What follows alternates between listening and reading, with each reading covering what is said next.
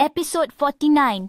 Aiman dan bintang jatuh ke laman rumah. Malam itu, langit begitu cerah dan penuh dengan bintang berkelip. Ribuan bintang bertaburan seperti permata di langit gelap yang luas. Aiman duduk di serambi rumah sambil menikmati angin malam yang sejuk. Dia memandang ke langit dengan penuh kagum dan rasa ingin tahu. Cantiknya bintang-bintang ni, bisiknya perlahan sambil tersenyum.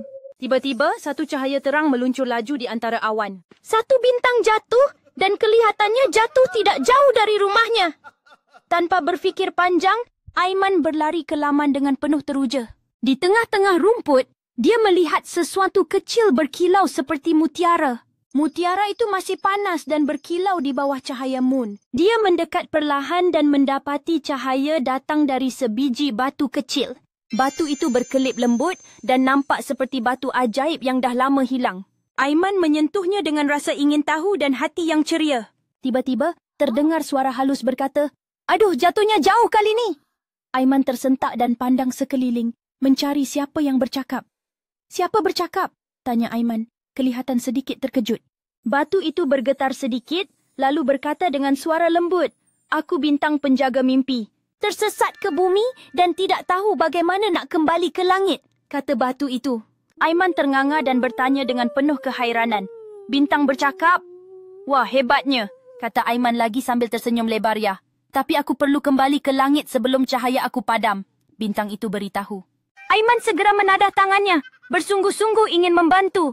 "Kalau begitu, biar aku tolong," kata Aiman bersemangat penuh keyakinan. Bintang kecil itu diam sebentar, memikirkan sesuatu yang penting. Dia jelaskan, "Untuk aku kembali, kamu perlu bantu orang lain bermimpi semula. Bila seseorang tersenyum kerana kamu, sedikit cahaya aku akan pulih," katanya lagi. Sepanjang hari berikutnya, Aiman membantu pelbagai orang di sekelilingnya.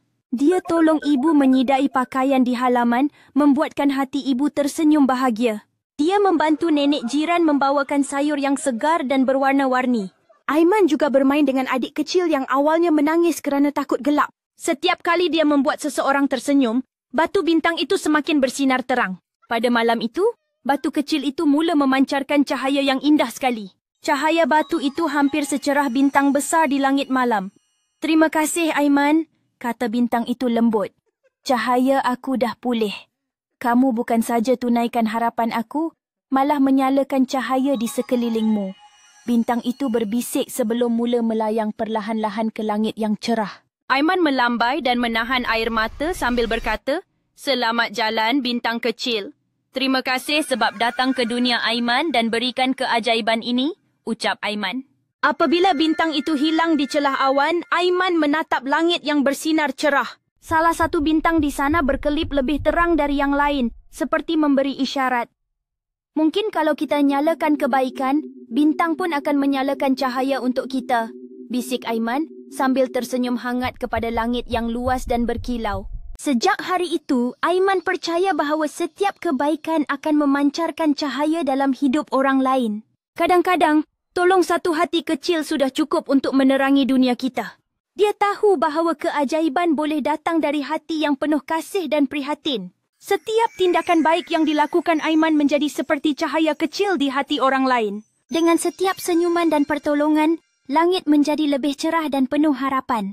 Aiman berdoa agar suatu hari nanti, semua orang akan menyalakan cahaya kebaikan masing-masing. Kerana dia percaya setiap bintang bermula dari satu cahaya kecil yang bercahaya.